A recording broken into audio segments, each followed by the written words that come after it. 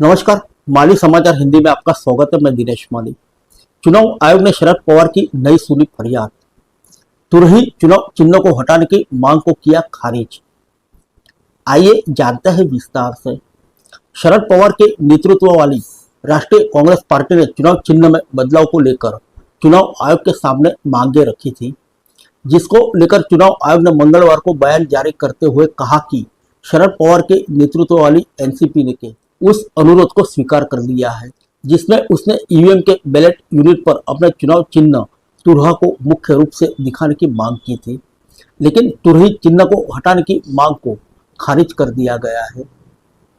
आइए जानते हैं क्या जानकारी दी चुनाव आयुक्त ने। चुनाव आयोग के मुख्य आयुक्त राजीव कुमार ने इस मामले में कहा कि शरद पवार ने चुनाव प्राधिकरण को बताया है कि उनका चुनाव चिन्ह तुरहा को प्रमुखता से ईवीएम की बैलेट यूनिट पर प्रदर्शित नहीं किया गया है।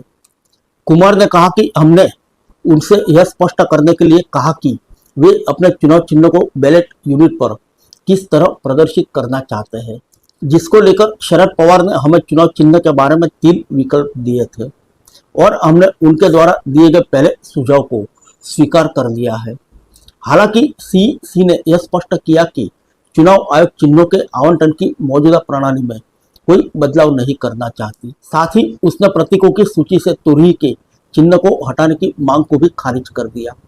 इसके साथ ही सीसी ने जोर देकर कहा कि तुरही का चिन्ह तुरहा के चिन्ह से अलग है, जिसके बाद शरद पवार की अगुवाई वाली पार्टी ने तर्क दिया था कि तुरही का चुनाव चिन्ह तुरहा बजाता हुआ आदमी जैसा है, जिसे लोकसभा चुनाव के दौरान मतदाताओं में भ्रम की स्थिति पैदा हुई थी।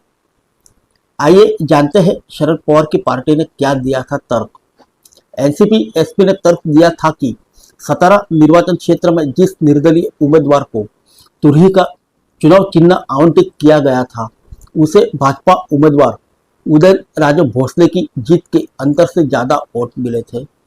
बता दें कि भोसले ने शरद पवार गुट के उम्मीदवार शशिकांत शिंदे को 32,771 वोटों के अंतर से हराया था।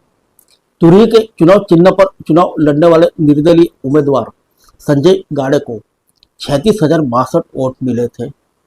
फिर मिलेंगे अगले बुलेटिन में अन्य किसी खबर के साथ। तब तक के लिए इजाजत दीजिए। नमस्कार।